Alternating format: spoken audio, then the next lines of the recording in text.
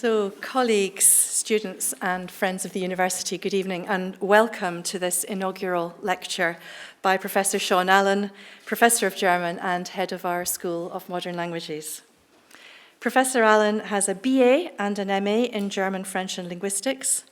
an MPhil in Linguistics, and a PhD on the plays of the 19th century German dramatist Heinrich von Kleist, all from Emmanuel College, Cambridge, which is a record of undeviating loyalty, broken only by a year as a student of theatre studies at the Humboldt University in what, in 1984, the locals referred to as Berlin, Hauptstadt der DDR, and everyone outside the Soviet bloc called East Berlin. Professor Allan notes that his PhD took longer than expected and blames this partly on an unhealthy interest in theatre, which led to 2 appearances at the Edinburgh Festival Fringe. One of these was as Madame in a transgender version of Jean Genet's play The Maids.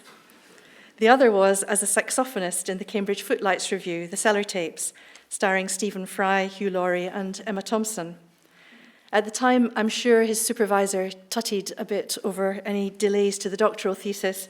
Today, I'm bound to suspect that Professor Allan relies on his sustained exposure to drama as a good preparation for being a head of school. Professor Allan's earliest academic position was a lectureship in German at the University of Reading, where, amongst other things, he staged the first conference on East German cinema in the UK. He then moved to the University of Warwick, where he was promoted to senior lecturer and then reader in German studies. At Warwick, he was head of the German department and also heavily involved in the university's learning and teaching agenda. In that context, in 2009, he was awarded a prestigious National Teaching Award by the Higher Education Authority for his outstanding work on e-learning, especially podcasting Goethe, a project using actors to produce recordings of 18th century poetry in order to promote its teaching, and I'm sure Goethe would have approved.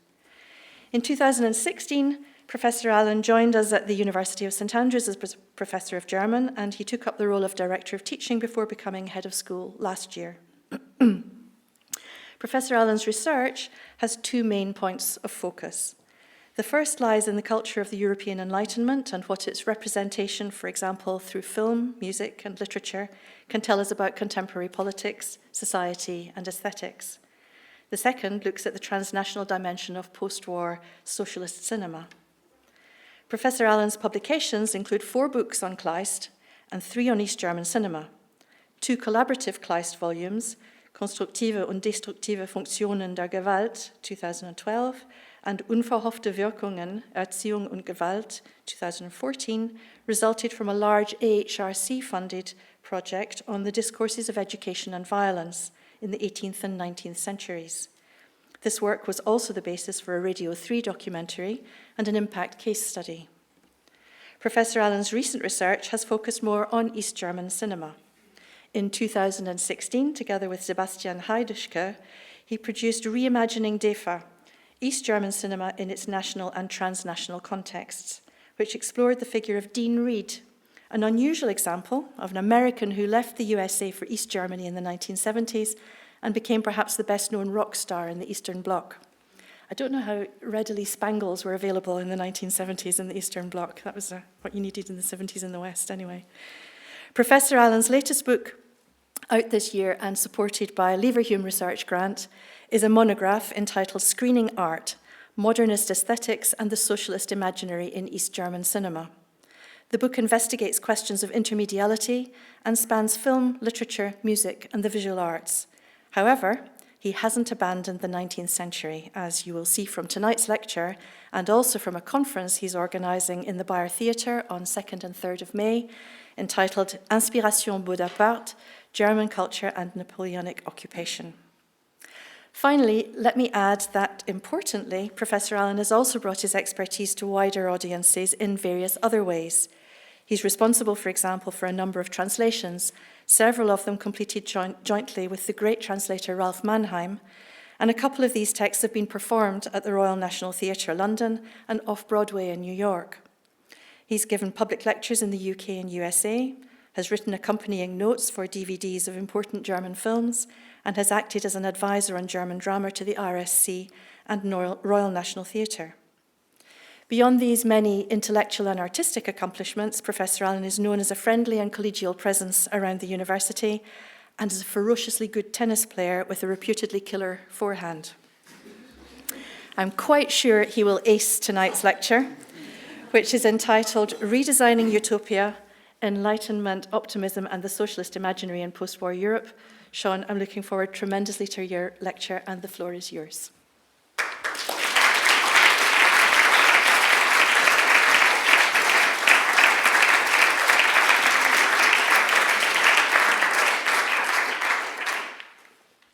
Well, thank you very much. Thank you very much, Lorna, and the Principal's Office for coming, and thank you to you all for coming to this. I'm very touched that you should come in such large numbers. So the theme of my lecture tonight is the role of art, literature and music in the construction of utopian models of society following periods of intense conflict in Europe. It draws on one of my long-standing research interests, the representation of art and artists across a range of different media, including literature, music, film, and the visual arts, and the contribution of such self-reflexive works to debates about not only the importance of the arts generally, but also about the ways in which our conceptualization of art and its social function has changed over the course of history. There have always been literary works that have taken art and the artist as their theme, and indeed the topic is possibly better suited to a lecture series than a one-off event. So for the purposes of tonight, I propose to focus predominantly on the ways in which socialists in post-war Europe sought to repurpose these aesthetic debates in order to combat the legacy of German fascism and articulate a utopian concept of an anti-fascist society that would be the very opposite of Hitler's Germany. As we shall see, this vision was heavily influenced by a pronounced faith in a concept of Enlightenment optimism, which, somewhat crudely put, I think, amounted to the view that, on the one hand, all meaningful questions about the world could be addressed through the application of reason and logic, and on the other, that the answers to these questions would, inevitably, some believed, result in social progress. There was, of course, an obvious affinity between such a doctrine of Enlightenment perfectibility and the equally optimistic teleology enshrined in the Marxist concept of history, whereby capitalism would of necessity be superseded over time by communism. Yet, however intoxicating the doctrine of Enlightenment perfectibility may have appeared to the philosophers of the 18th and early 19th centuries, the violence unleashed by the French Revolution of 1789 revealed a much more contradictory picture and a darker, more complex aspect of human behavior that was reflected in an increasingly inward, subjectivist, and I would argue, romantic turn in art and literature. Likewise, however self-evident it may have been to some post-war communists in Germany that only a rigid adherence to a doctrinaire version of Marxist-Leninism would eradicate the unwelcome legacy of the Third Reich, the re-evaluation and the revelation of Stalin's crimes in the Soviet Union in the years following his death in 1953 forced left-wing artists and writers to question their faith in a dogmatic concept of socialist realism as an adequate means of articulating their utopian vision, and forced them to explore other, more complex aesthetic forms instead. Although a great deal of tonight's story is bound up with the cultural history of East Germany, the post-war socialist experiment known as the German Democratic Republic, or GDR, that lasted from 1949 to 1990, I want to begin with a consideration of the origins of that political project, which, although I think its leaders would certainly have denied this, are to be found in 19th century Prussia, in a Prussia that since 1806 had been plunged into a state of chaos following its conquest by Napoleon Bonaparte. In particular, I want to begin with some reflections on a figure who has been something of an obsession for me throughout my academic career, namely the writer Heinrich von Kleist, who was born in 1777 and who is perhaps best known for committing suicide at the age of 34 in 1811. Although Kleist is relatively little known in the UK, he is a hugely important figure in the German-speaking world, and one whose admirers included E.T.A. Hoffmann, Franz Kafka, and Thomas Mann, just to name some. For the left-wing French theorist, Hélène Cixous, his unorthodox literary style made him, paradoxically, a masculine exponent of a radical form of a proto-feminist writing that she termed écriture féminine. By contrast, the film adaptation of Kleist's play, The Broken Picture, Der zerbrochene Krug,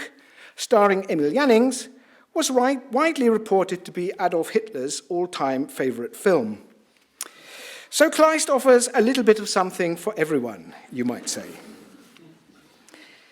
As it was not really until the late 19th and early 20th century that Kleist received the recognition he unquestionably deserved, many scholars have been inclined to see him as a proto-modernist figure and as a writer out of his time. I would, however, profoundly disagree with this view. In my view, he was very much a writer of his time. First, because his life and work is steeped in the intellectual traditions of the 18th century Enlightenment, and second, because as a German nationalist and German romantic, he had an obsessive hatred of Napoleon Bonaparte. There were, of course, Germans, notably the philosopher Immanuel Kant, who welcomed the French Revolution of 1789 as the political counterpart to the philosophy of the Enlightenment, and as an attempt to bring about the same kind of progress in the sphere of politics as had been made in the natural sciences. But Kleist's view of the revelation, like that of many Prussians of his time, was colored by a deep-seated horror at the orgy of violence unleashed in the wake of the post-revolutionary terror. What troubled him in particular was, I think, the degeneration of the Enlightenment-inspired ideals of liberty, fraternity, and equality into what he clearly regarded as a political system of tyranny embodied in the despotic figure of Napoleon Bonaparte. When in 1801, Kleist went to post-revolutionary Paris on a visit timed to coincide with the Bastille Day celebrations of that year, he was appalled by what he witnessed there, and in particular by the ways in which the pursuit of scientific knowledge had been replaced by a cult of technology that was far removed from an altruistic quest for knowledge, and which pandered instead to a desire for luxury that he regarded as profoundly decadent. "Where will destiny lead this nation?" he writes. "God alone knows. She is riper for fall than any other in Europe." So Kleist was in every respect a child of the European Enlightenment and had been brought up to admire the works of Jean-Jacques Rousseau and the mediation of these values in the works of classical German authors such as Lessing, Goethe, and Schiller. However, his experiences in Paris convinced him that his contemporaries, and his French contemporaries in particular, of course, had lost sight of the genuinely radical ideals of the Enlightenment. He writes, I quote, "Sometimes, when I see the libraries with their magnificent halls and all the works of Rousseau, Helvétius, and Voltaire that stand there in their magnificent bindings, I think to myself, of what use have they been? Has one of these works achieved its goal? Have they been able to slow the wheel that plunging inexorably speeds towards the abyss?" The disappointment triggered by what he witnessed in post-revolutionary Paris was to exercise a profound influence on the direction his own work would take. Kleist regarded himself as living in an age in which, as he put it, people have lost sight of the wonders of art and literature. But rather than embrace the harmonizing aesthetics of Weimar classicism, an idealist system of art and literature associated with the writers Goethe and Schiller, and reflected in Winckelmann's characterization of classical Greek art as noble simplicity and calm grandeur, Kleist instead adopted a radically new approach to promoting the values of the Enlightenment. He rejected the embodiment in art of perfect exemplars of Enlightenment values,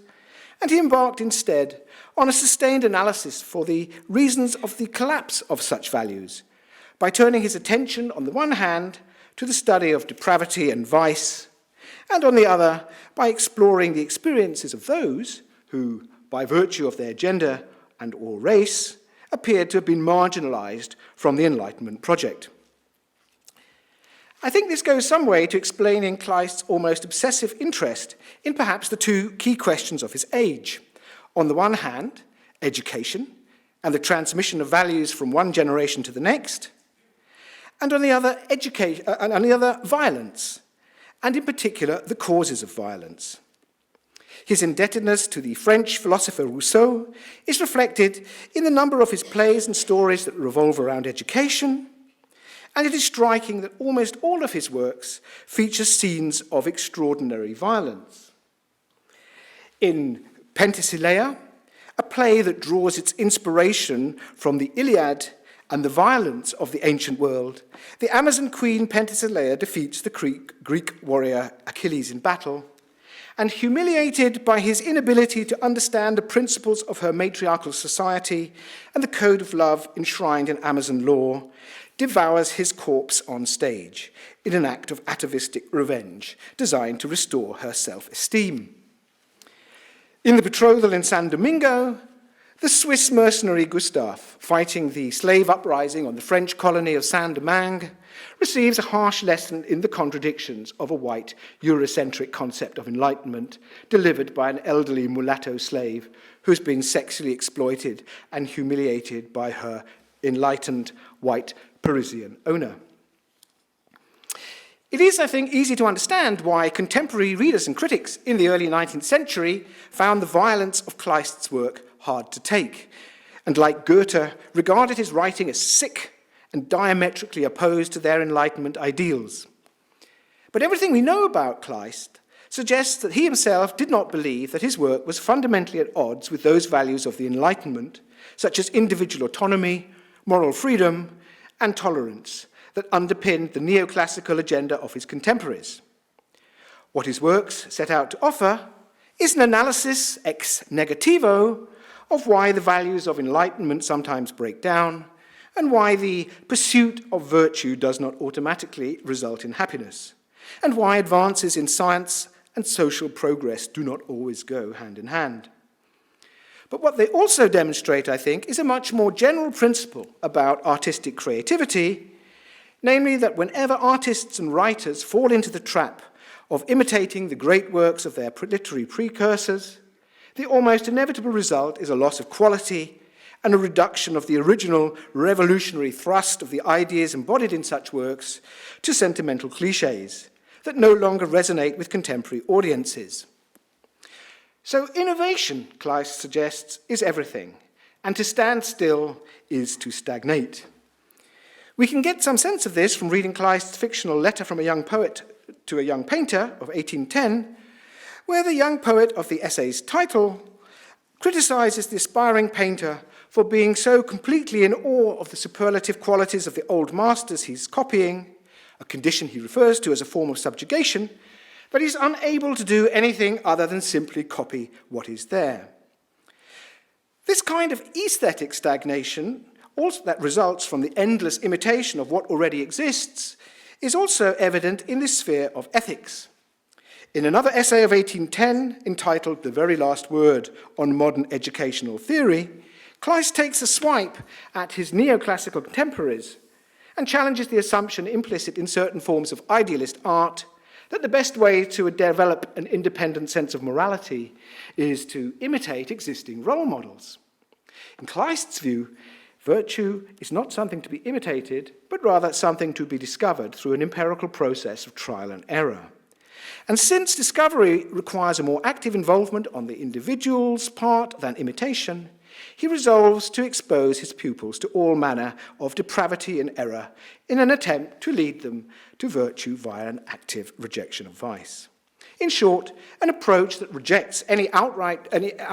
concept of affirmative art and instead relies on provocation as a means of educating new generations to an understanding of what is entailed in embracing the values of the Enlightenment. When set against the idealizing tendencies of established neoclassical culture, the golden age of Goethe, Lessing, and Schiller, Kleist's work offers an approach to moral education and artistic creativity that is, in a quite literal sense, paradoxical. And for that reason, he focuses not on truth and beauty, but rather on falsehood and ugliness. But it is also an approach that demonstrates a more general principle, namely that the aesthetic forms of the past cannot provide a blueprint for the utopias of the future. And it is an approach that serves as a reminder that new works of modern art and literature that challenge our aesthetic and ethical assumptions may, despite every appearance to the contrary, be as deeply grounded in the values they appear, superficially at least, to reject. What Kleist's novellas, his novelas ejemplares, as the Spanish Golden Age writer Cervantes might have called them, what they explore is what goes wrong when individuals fail to understand fully the genuinely radical nature of the enlightened ethical code to which they ostensibly subscribe, and how in their frustration and disappointment they resort to acts of violence that are the very opposite of the values they profess to espouse. Provoking the speaker, the reader-spectator, into a critical analysis of what goes wrong so that the mistakes of the past can be avoided is paradoxically the utopian character of Kleist's work in particular, and I would suggest of art generally. Now, 19th century German culture is a rich source of material on the nature of artistic creativity and on the utopian role in articulating a vision of the future. But the real reason I've spent some time reflecting on the culture of the 18th and 19th century Germany is to explore some parallels between the predicaments of artists and writers of the early 1800s seeking to reconcile their vision of humanity, or Humanität, as we would say in German, and the violence of post-revolutionary Europe, and those artists and writers who were faced with a similar challenge of restoring a concept of Humanität at the end of World War II. Just as writers like Goethe and Schiller looked to the past and to a revival of Hellenic ideals and aesthetics as a means of reaffirming a concept of humanity that seemed to have been called into question by the violence unleashed by the French Revolution, so too in 1945, post-war communists sought to remobilize the legacy of German classical humanism in an attempt to re-educate a generation of Germans and to build up an anti-fascist state that would be the very antithesis of everything associated with Hitler's Third Reich. With the collapse of Nazi Germany in May 1945 and the division of the country into 4 zones of occupation, the role of art and literature in the re-education of Germans and the construction of an anti-fascist state was asserted with increasing insistency. The relationship between art and fascism was the subject of an intense debate, and the origins of this debate dated back to the 1920s and the 1930s and revolved fundamentally around the political character of modernist art and literature. From around 1900 onwards, writers and artists all over Europe had been experimenting with avant-garde forms of art that had grown up in opposition to the reactionary political structures of the 19th century, that by and large reflected the interests of a predominantly bourgeois patriarchal elite. Such avant-garde modernism rejected the conventional yardsticks of truth and beauty, and instead offered a representation of life that was both fragmented and distorted, and which, far from offering a stable perspective from which to view the world, argued instead for a multiplicity of viewpoints. And I think it's no coincidence that it is around this time that the works of Heinrich von Kleist, to which I referred earlier, experienced something of a renaissance in German culture. In Germany, perhaps the most obvious exponents of such an avant-garde attitude were the expressionist painters, and their works were derided first by Kaiser Wilhelm II, who referred to such works as works from the gutter that were contrary to the spirit of what he in 1901 regarded as true art, and then, of course, later by Goebbels and the Nazi regime, who famously put some of them on display in Munich in 1937 in the exhibition of so-called degenerate art. Yet for some on the left, and in particular many German communists living in exile in the Soviet Union during the Third Reich, the fragmentary aesthetic of this type of multi-perspectival modernism was seen as elitist and inspired by an unhealthy interest in Nietzschean subjectivism. Accordingly, it was dismissed by some as inaccessible to the working classes, and precisely because of its subjectivist aspect, incapable of providing solutions to the political problems of a collectivist kind. Not only was expressionist art seen as incapable of resisting fascism, some dogmatic Marxists, citing the example of the German expressionist poet Gottfried Benn, even went as far as to claim that expressionism leads to fascism. We can find examples of similar arguments about the politics of modernism taking place all over Europe around this time. As David Bathrick has argued in his pioneering study, The Powers of Speech, quote, "The artistic avant-garde has always had little respect for entrenched authority, even when that authority claims for itself revolutionary intention." And this was certainly the case not only in Germany, but also in the Soviet Union under Stalin. Just as the Nazis sought to marginalize modernist art by branding it as degenerate, so too in the Soviet Union of the 1920s and 1930s, many avant-garde movements were dismissed as elitist and replaced by a quite different aesthetic response to modern society, namely socialist realism, which its chief proponent, Andrei Zhdanov, speaking at the 1934 Congress of Soviet Writers, famously defined as follows. That's Zhdanov on the right there. Comrade Stalin has called our writers engineers of the human souls. What does this mean? In the first place, it means knowing life so as to be able to depict it truthfully in works of art, not to depict it in a dead, scholastic way, not simply as objective reality, but to depict reality in its revolutionary development. In addition to this, the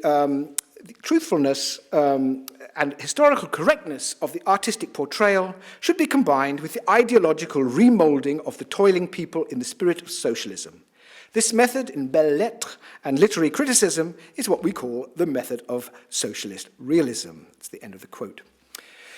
Despite its name, socialist realism was, of course, anything but realistic. Essentially, it was an idealist aesthetic underpinned by a simplistic system of ethics and a correspondingly reductive approach to the psychology of character. Negative depictions of the proletariat and representations of psychological complexity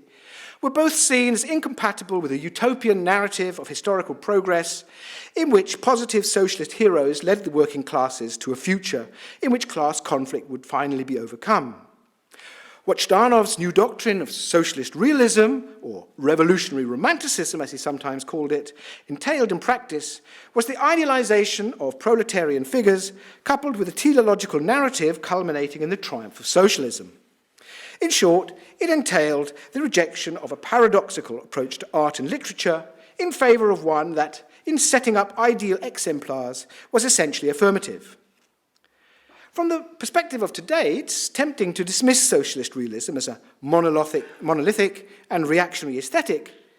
But to do so, I think, is to ignore the turbulent context in which it evolved, the complex challenges of modernity, and the rapidly changing social structures in the early part of the 20th century. But just how important a role art and literature would play in the reconstruction of post-war Europe and post-war German society in particular, is clearly spelled out in a memo from the US Information Control document of July 1945, where we read, quote, "The present state of film, theatre and music activities in Berlin is the result of a very definite Russian policy, which has been vigorously implemented since the fall of the city, and also of certain characteristics of German cultural life which are typical for Berlin. As for the Russian policy, it has as its basis an almost fanatical reverence for art and artists, coupled with the belief that artistic creation is intrinsically good and an urgent need for human beings in times of uncertainty and suffering." Now, although like most German cities, Berlin lay in ruins, in the 12 months after the end of World War II, there were no fewer than 10 major art exhibitions in the former capital, many of them filled with expressionist works of the kind that had previously been decried as degenerate. Nonetheless, the drive to go beyond the avant-garde art of the 1920s and 1930s and to return to the neoclassical traditions of 18th century Europe and to the humanist art of the 16th century Renaissance is already evident in the cultural politics of the zone of occupation. Writing in the catalogue of the exhibition of German art that was held in the painterly city of Dresden in 1946, the Soviet cultural officer Alexander Dümschitz, on the right there, these were the two German-speaking Soviet cultural officers in the Eastern Zone. As Alexander Dümschitz remarked, "The defeat of Nazism is a victory for humanist ethics. That is why the new German art will reflect humanist values." Or, as the writer Johannes Erbescher put it, "From now on, the rich legacy of German classical humanism and that of the working class movement and its importance for the political and ethical attitudes of our nation needs to be articulated in a way that is unambiguous, compelling, and illuminating. Our traditions of classical humanism have never been followed by a concept of politics grounded in the same. On the contrary, politically speaking, we've always acted in a manner that is diametrically opposed to the best aspects of our traditions, and we've never succeeded in finding the correct political form in which to express our most outstanding achievements in the cultural sphere." It's important to remember that at this point in history, the division of Germany into multiple zones of occupation, and in 1949 into two separate states, was regarded by many as just a temporary arrangement. On each side of the Cold War divide, soft power was being wielded in an attempt to woo German citizens into casting their lot for one of two mutually opposed systems of politics. In the Western zones of occupation, American jazz, viewed with deep suspicion in both East and West, had been propagated, albeit indirectly, by radio stations designed to cater for American military personnel. And in 1946, the American Information Control Division started to promote concerts featuring modernist works by the likes of American composers such as Aaron Copland and Samuel Barber. In the French zones of occupation, exhibitions of artists and sculptors such as Georges Braque, Pablo Picasso, Auguste Rodin, and Constantin Brancusi reflected the high esteem in which French avant-garde art was held. In the Soviet zone of occupation, the promotion of socialist realist works, such as the hugely popular drama by Konstantin Simonov, The Russian Question, was accompanied by a drive to rediscover and repurpose the German classics of the 18th and 19th centuries. What is striking, I think, is the way in which, during the early period of the Cold War, each zone of occupation mobilized art and literature as a way of staking out ideological territory, but did so in a way that, at least to begin with, obviated the need to engage directly with conventional politics. Although it is something of a simplification, I think, in the West, the modernist aesthetics of abstract expressionist painting and the new music were mobilized as a way of transcending politics altogether. Likewise, in the East, neoclassical art and literature was presented in terms of a set of universal values, which, derived as they were from the Enlightenment, might be regarded as in some way avoiding the binary opposition of capitalism and communism. With the establishment of first the capitalist Federal Republic of Germany in May 1949, and then the Communist German Democratic Republic in October of that same year, however, the fronts of the Cold War hardened, and each state found itself locked in a struggle to establish itself as the true heir to German classical humanism. The exercise of soft power during this phase of the Cold War was hotly contested. And in the Soviet-backed East Germany, enormous energy was invested in an attempt to construct what I've termed a socialist imaginary, in which East Germany was portrayed as the true guardian of a progressive national culture, enshrined in such figures as Albrecht Dürer, Tilman Riemenschneider, Lucas Cranach, Ludwig van Beethoven, Johann Wolfgang von Goethe, and Friedrich Schiller. In the German Democratic Republic, of course, there were very few aspects of social and political life that were not analyzed in terms of Marxist-Leninist theory. Accordingly, I use the term socialist imaginary to refer to the way in which ordinary people imagine socialist society and seek to articulate such a concept, not in complex theoretical documents, which tend to be the preserve of a highly educated intellectual elite, but rather in terms of a set of images, stories, legends, and other cultural products, including, above all, film. This battle for hearts and minds during the Cold War was played out to the full in the realm of the socialist imaginary, and it revolved around a number of key artists, writers, and composers. And in the time remaining, I want to talk about one battle in particular, and that is the battle for Ludwig van Beethoven. Anniversaries of Anniversaries of iconic artists, writers and composers played a vital role in the way in which the socialist imaginary was shaped during the early stages of the Cold War. As each state sought to legitimize itself on the world stage, music, which was of course a universal language accessible to all, came to play an increasingly important role. In an attempt to appeal to German citizens on both sides of the political divide, the Soviet-backed German Cultural League, the so-called Kulturbund, had been launched in June 1946, an event marked by a performance of Beethoven's overture Egmont. Written in 1810, Beethoven's composition had been inspired by Goethe's play of the same name, a play that is set during the Dutch uprising and celebrates Count Egmont's heroic resistance to the political tyranny represented by the Duke of Alba. In the Soviet zone, Beethoven was presented as a progressive figure because of his unstinting support for the French Revolution and his hostility to Napoleon. And in 1952, just 3 years after the founding of East Germany, founding of East Germany, the 125th anniversary of the composer's death presented an ideal opportunity for the fledgling communist state to claim the composer as one of its own. However, Beethoven was a problematic figure in the East, for unlike Bach, whose anniversary had been celebrated some years earlier, and whose historical roots lay almost exclusively in what was now East Germany, Beethoven was associated primarily with Vienna and, of course, with the city of Bonn, the then capital of the Federal Republic. There was also a further problem. Like a number of key writers, artists, and composers, Beethoven had been mobilized by the Nazis during the Third Reich to promote the cause of fascism. The composer's support for the French Revolution had been airbrushed out of his biography by the Nazis, and he was celebrated as a daimonic genius whose talents as a composer were a quasi-compensation for his failure as a lover, and whose personality encapsulated the Nordic spirit of the German folk. Moreover, his music had appeared prominently in Detlef Douglas Sirk's 1936 melodramatic film Schlussakkord, Final Chord. In one particularly striking sequence of that film, set in the 1930s, the young female protagonist, Hannah Müller, who has succumbed to the lure of jazz and other decadent attractions of New York City, wakes up in hospital.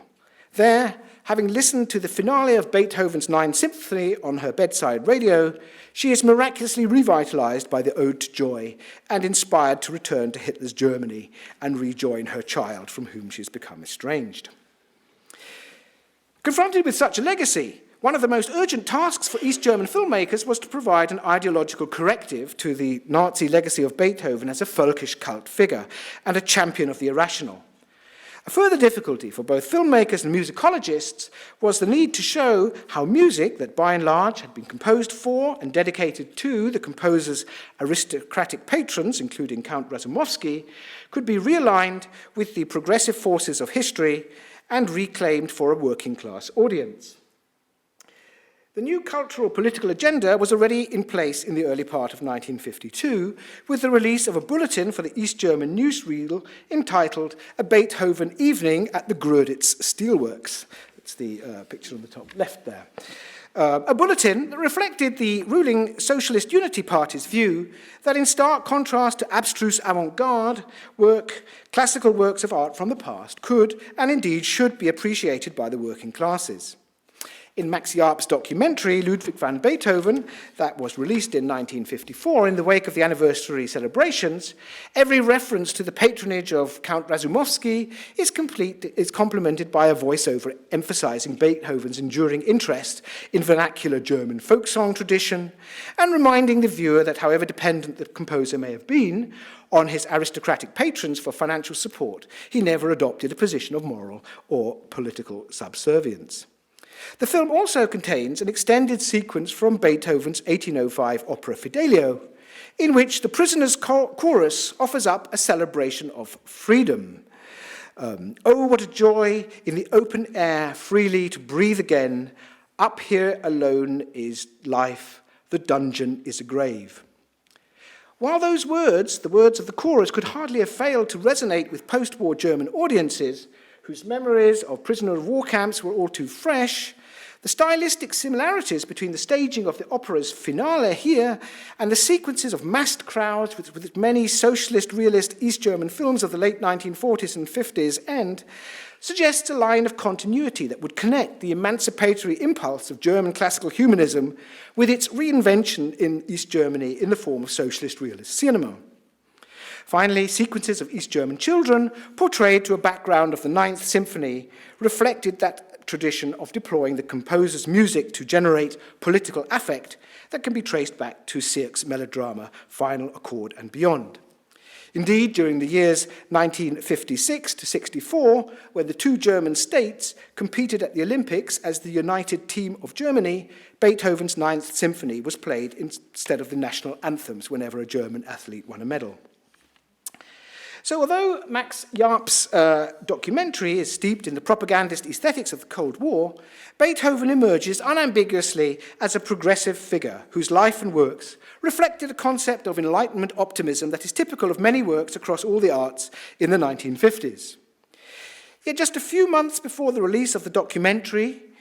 the death of Stalin on the 5th of March 1953, followed by the denunciation of his crimes by Nikita Khrushchev in 1956, marked the start of an altogether new approach. It's a long and complex story, and there isn't really time to tell it in detail here, but for many left-wing intellectuals who'd come to regard the Russian Revolution as a progressive historical event that in many respects was the 20th century counterpart to the French Revolution of 1789, the revelation of Stalin's crimes raised difficult questions, not only about the supposed teleology of Marxist-Leninist models of historical progress, but also about the viability of its associated aesthetic form, socialist realism. In the sphere of the visual arts, this skepticism was further boosted by a surge of interest in the work of avant-garde modernist painters such as Picasso and Paul Klee, and in the sphere of film by the emergence of new wave cinema in Europe generally and neorealist cinema in Italy in particular. Paradoxically, the building of the Berlin Wall on the 13th of August 1961 convinced many East German writers and artists that, with the political question seemingly settled for the time being, they would enjoy a greater degree of freedom for artistic experimentation. But by the 1970s, the dream of socialism in the German Democratic Republic was beginning to turn sour,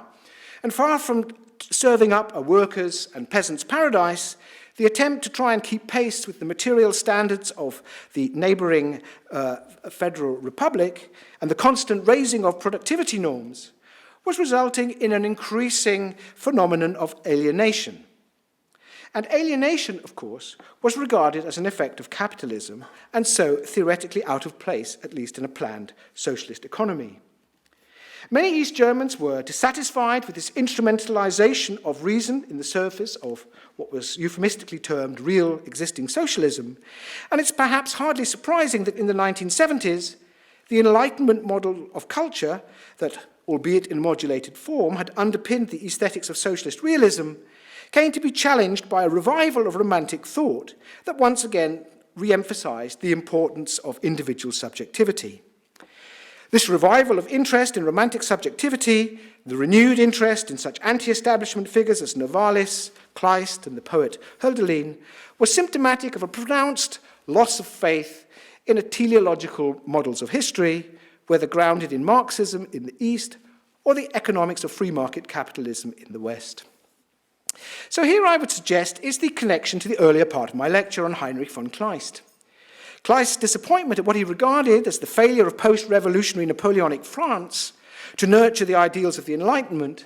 is reflected in an inward turn that sought to bring out the subjective character of experience. By the same token, writers and artists in East Germany saw the project of real existing socialism as a portrayal of the enlightened character of Marxist thought, and sought instead to re-embrace the utopian character of romantic modes of art and literature. Accordingly, the romantic turn of the 1970s and the 1980s also reflected an increasing lack of faith in the capacity of science and technology, the so-called scientific technical revolution, to deliver the kind of progress most East Germans hoped for in both their private and public lives. The uniformity of modern mass-produced housing seemed to be an obstacle in the way of any attempt to articulate a sense of individual subjectivity. The pollution of the environment by outmoded industrial plants in areas such as Bitterfeld seemed increasingly at odds not only with the lyrical celebration of nature and romantic poetry, but also with the constitution of the GDR itself.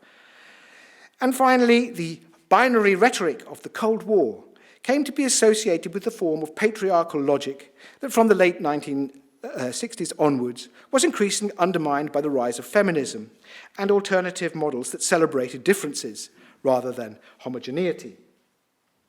For all these reasons, the social political context of the next big Beethoven anniversary in 1970,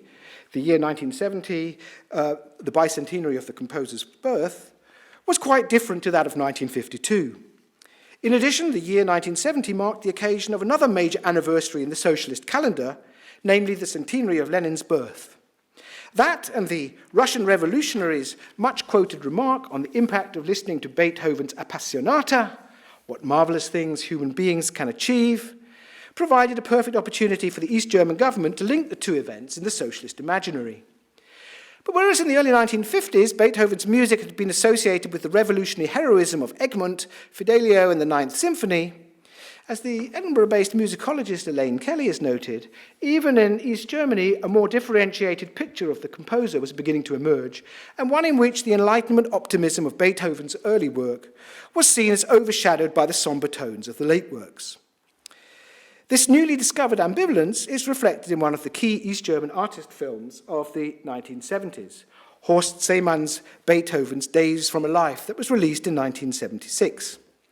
On one level, the film sought to continue deconstructing the myth of Beethoven as a demonic genius, a man whose brilliance as a composer was a compensation for his failure to sustain a lasting romantic relationship with the female muse he refers to in his correspondence as his immortal beloved. And of course, it was essentially this view of the composer that was reflected in Abel Gance's affect-laden production of 1936, Un Grand Amour de Beethoven, and which had endured even in George Tressler's two-part biography for Disney, The Magnificent Rebel of 1962. In his own film, Seemann offers the viewer a series of tableaus that, almost in the manner of a Brechtian drama, show how the driving force behind Beethoven's creativity is the contradictions of the bourgeois milieu of the 19th century Vienna in which he operates. But Seemann's film ended with a sequence that particularly troubled the East German censors. As we watch Beethoven moving house once again, the camera pulls back at the end of the film and, in an obviously anachronistic interpolation, shows the composer set against a background that is no longer 19th century Vienna, but rather East Berlin's Alexanderplatz of the 1970s. The ambivalence of the sequence is further underscored by the transition on the soundtrack from the uplifting strains of the Ninth Symphony's Ode to Joy to the more melancholic tones of Sonata No. 8, the Pathetique, as the location moves from Metternich's Vienna to Honecker's East Berlin. As a contemporary viewer wrote at the time, quote, "Even in the context of a socialist culture, his music remains fundamentally misunderstood. His humanist message falls on deaf ears and remains unfulfilled, is perhaps incapable of ever being fulfilled, and that this iconic figure, like a number of others, incidentally, is somehow out of place in our society." Although it's tempting, I think, to see this representation of Beethoven through the conventional lens of our own liberal humanist categories as reflecting a lack of artistic freedom in the Eastern Bloc, to do so is to overlook the more radical critique articulated by this and other works by it. And at this point, I would remind you of Heinrich von Kleist's complaint that even in 1810, he felt himself living in a world where people have lost sight of the wonders of art and literature. No one, I think, would dispute Beethoven's status as an iconic composer whose work was inspired by Enlightenment optimism, and as a figure who radically transformed approaches to composition in the later 19th century. Accordingly, the aim of Seemann's anachronistic and radical portrayal of the composer was not, I think, in some sense, a critique of East German socialism per se, or socialism per se, but rather an attempt to provoke spectators into actively reflecting on what exactly the values of the Enlightenment were and how they might be reinstated in the socialist imaginary as drivers of social progress. I want to end with two final observations. One, I think, concerns the political implications of the material I've been talking about, and the other really is about education and the role of modern languages in universities. On the political front, I think it's hard to avoid the conclusion that we're living in an age in which the values of the Enlightenment are under siege, and the idea of Enlightenment optimism seems hopelessly discredited. Britain has had enough of experts, we are told. Both the anti-rational thrust of climate change denial and the populist politics of Trump and the Brexiteers are fueled by an increasingly deep-seated skepticism regarding the potential of reason and logic to deliver the kind of social progress that the philosophers of the Enlightenment once promised.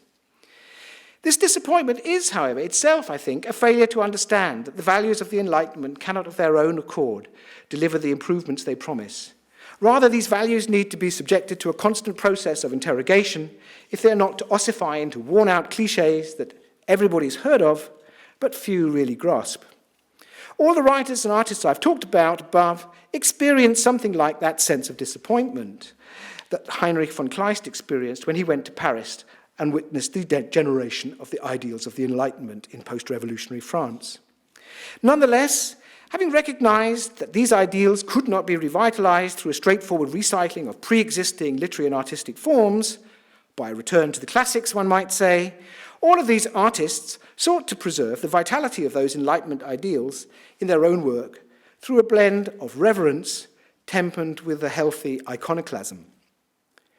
And so as far as universities and the study of modern languages are concerned, I am sure that in the increasingly pragmatic world in which we now have to operate, many of us can identify with Kleist's feeling that people have lost sight of the wonders of art and literature. So nothing has changed since 1810.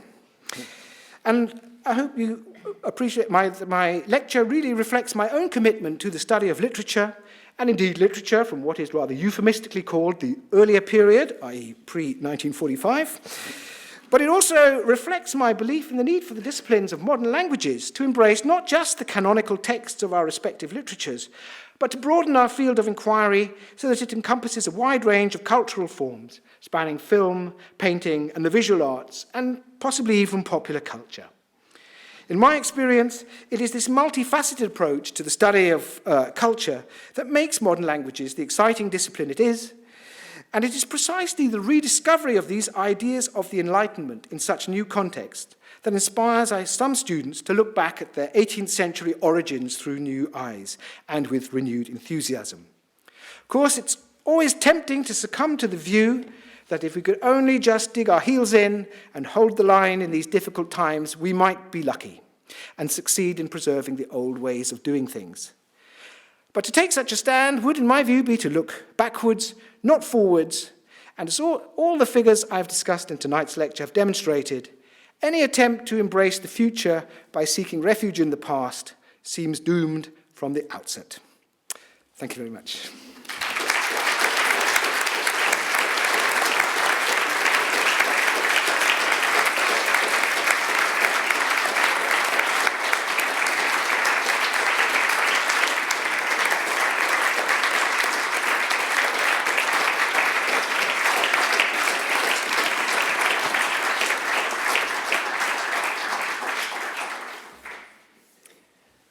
Deputy Principal, colleagues, ladies and gentlemen, and especially dear Professor Allan. I think there is something deeply comforting and encouraging, after all, in Seán's observation that individuals and societies that have lived through periods of great trauma and devastation don't have to start from scratch when it comes to laying the cultural foundations on which they can hope to build their versions of a better future. Like Heinrich von Kleist, whose experience of revolutionary terror and military defeat sharpened his appreciation of true Enlightenment values, or like those East German socialists whose post-war efforts to anchor their vision of progress in a treasured historical legacy led them to Beethoven, humans can mine the rich seams of our cultural past to start thinking about a way forward. That dream of a better future, as Seán has shown us, is both informed by the painful and shameful lesson of a recent past and articulated through cultural expressions drawn from an engagement with an older tradition.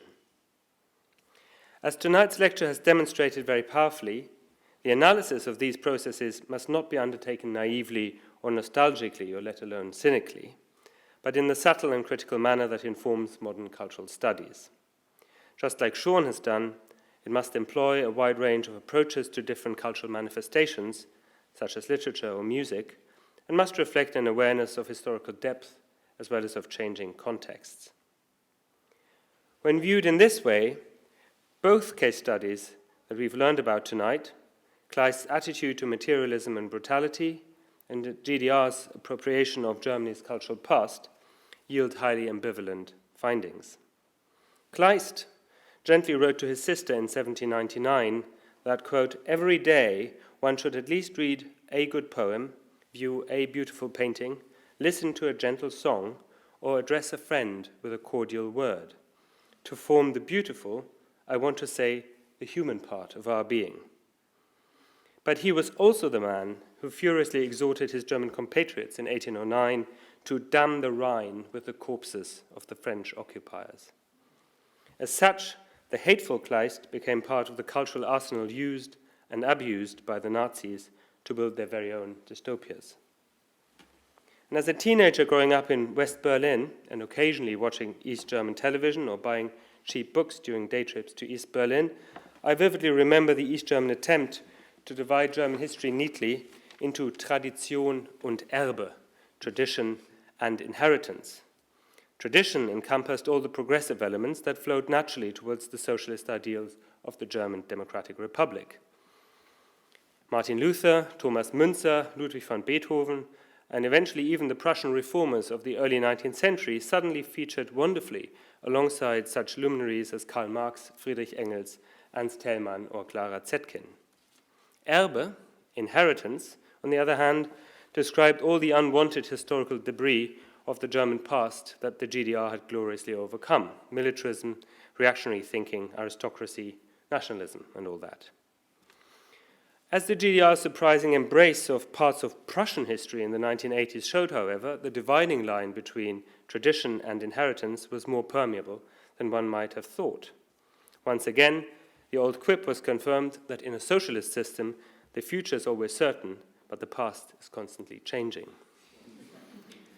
Seán's lecture has offered us many insights into the dynamics and concerns that drive such processes of cultural appropriation and the uses of cultural expression for the articulation and construction of collective utopias. His subtle analysis of what troubled and motivated thinkers like Kleist in the early 19th century and East German socialists during the Cold War has reminded us of the uniqueness and specificity of each moment in the past, something close to the heart of the historians amongst us, but also of the recurring topicality of the processes discussed by him.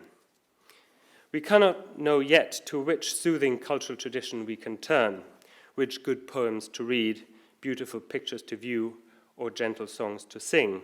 to piece together a more hopeful utopia to help us out of the populist bewilderment that seems to have beset us at the moment.